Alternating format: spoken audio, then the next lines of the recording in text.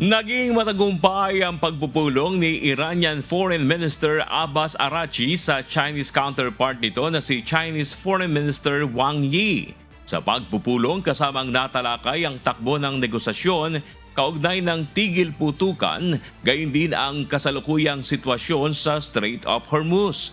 Kaugnay nito na nawagan ng China sa muling pagbubukas ng nasabing ruta at igiit na mahalagang maibalik ang ligtas at normal na paglalayag doon. Nakatakda ring pag-usapan ni na US President Donald Trump at Xi Jinping ang issue sa kanilang nalalapit na summit.